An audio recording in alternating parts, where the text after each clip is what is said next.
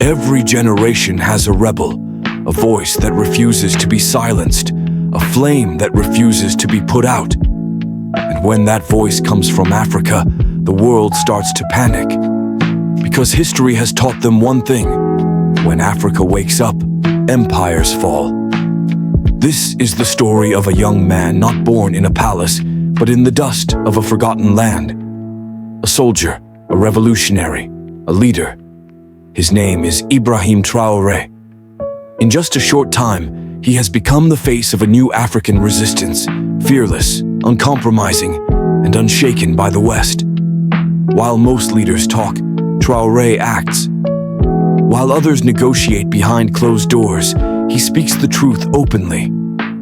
He didn't just rise to power, he rose with a purpose: to take back control of his nation from foreign hands. And that is exactly why they fear him. Burkina Faso, a land rich in gold but poor in peace, has been plagued by terrorism and foreign influence. For years, the people cried for help, but their leaders, backed by foreign powers, did nothing.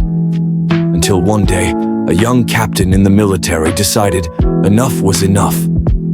At just 34 years old, Ibrahim Traoré led a coup, not to claim power for himself, but to return dignity to his people.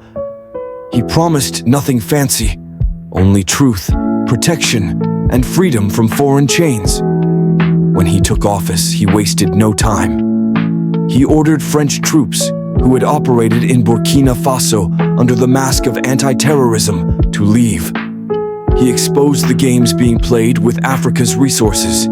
He told the world, "We are not children of colonizers. We are free Africans, and we will defend our land." To some, this was dangerous. To others, inspiring. Because in Traoré, they saw something rare: a leader who does not wear a foreign mask, a leader who speaks not to impress the West, but to awaken Africa. But there is more to this story. Because this is not the first time Burkina Faso gave birth to a revolutionary. In the 1980s, there was another, Thomas Sankara. Young, brave, and deeply committed to African independence. He refused aid, fought corruption, and told his people to rely on themselves. Sankara's reward was a bullet, assassinated at just 37 years old by the very forces that could not control him. Now, history is knocking again, and Traoré is answering with the same boldness, the same fire, the same refusal to bow. But make no mistake, the threats are real. He knows what happened to Sankara. He knows what happened to Gaddafi. And yet, he walks the same road with no fear in his eyes. That is what makes him dangerous. Not because he carries weapons, but because he carries conviction. He is not playing their game. He is building a new one. He speaks of African unity, not as a dream, but as a duty. He calls on the youth to rise, not with hatred, but with knowledge. And he demands that Africa's wealth, gold, oil, uranium, no longer fuel European cities while Africans starve.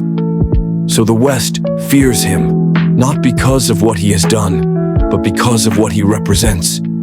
An Africa that thinks for itself, an Africa that dares to stand, an Africa that will no longer be silent. They fear that his courage is contagious, that other young Africans will follow his lead, that one day they will no longer be divided by borders, religion, or fear. They fear that Africa is waking up, and this time we will not go back to sleep. They feared Lumumba, they feared Sankara, they feared Gaddafi, and now they fear Ibrahim Traoré. But what they fear most is you realizing the truth. Subscribe to Africa Unmasked, because Africa's story is just beginning.